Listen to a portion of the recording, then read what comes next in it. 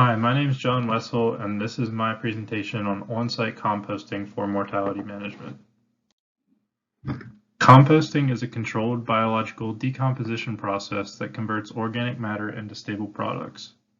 On-site composting is the second highest preferred method of mortality management behind rendering from the Virginia Department of Environmental Quality. Rendering, however, has become too expensive for farmers to afford, so composting provides a cheap alternative. Composting reaches temperatures of above 130 degrees Fahrenheit, which kill most disease-causing bacteria known as pathogens. Out of all the mortality management methods, on-site composting has the lowest potential environmental risk. Three important things must be considered when making a compost pile. First, you have to pick a proper site. The site must be well drained, at least 200 feet from any surface water, 50 feet from a property boundary, 200 feet from a well, and 25 feet from other buildings. Next, you have to make the proper pile. The pile must be made so that the compost materials cannot be dispersed by the wind or rain. No more than a third acre total of compostable materials can be stored on site. Also, the pile cannot exceed 12 feet high. The base layer must be made out of bulky, absorbent organic material containing pieces 4 to 6 inches long for proper aeration. The base must also be large enough to have a 2-foot clearance around the carcass.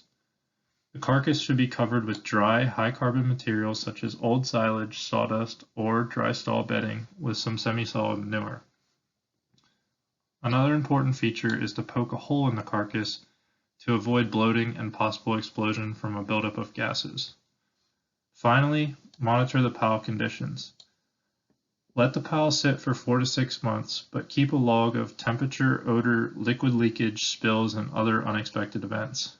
Temperature is the most important of these to monitor because it allows the composter to see if sufficient temperatures were reached for pathogen control.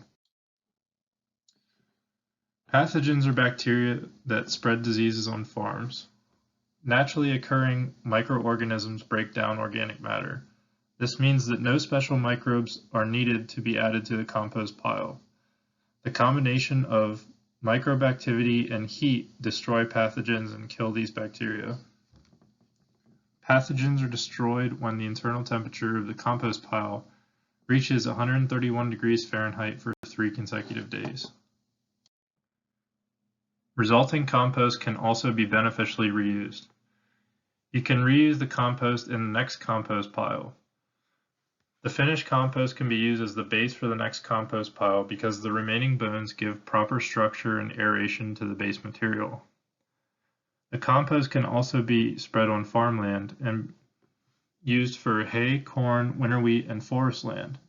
Because the bones contain phosphorus and calcium, rodents will eat them for nutrients, so you can spread them in the forest.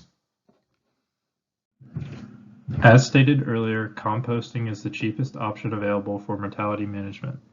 Rendering plants are going out of business because of declines in the prices of hides, tallow, meat, and bone meal. The prices for animal pickup are up, however, $70 for cows, $60 for pigs, and $200 for horses. According to backhoe rental, labor, and fuel prices, burial of a large carcass costs around $55. Similarly, for composting, the total cost for a large carcass is only $37.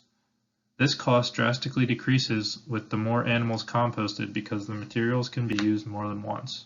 Also, materials already on the farm like silage, sawdust, or old bedding can be used free of charge, so the only real cost is operating time and fuel. Finally, barriers to adoption. First, it takes a long time. It takes 4 to 6 months for an animal to decompose and even longer for the animal's bones to decompose. Also, very little work has been done on documenting the pathogen kill in compost piles. It is merely just assumed that compost piles kill bacteria based on their temperature and aeration.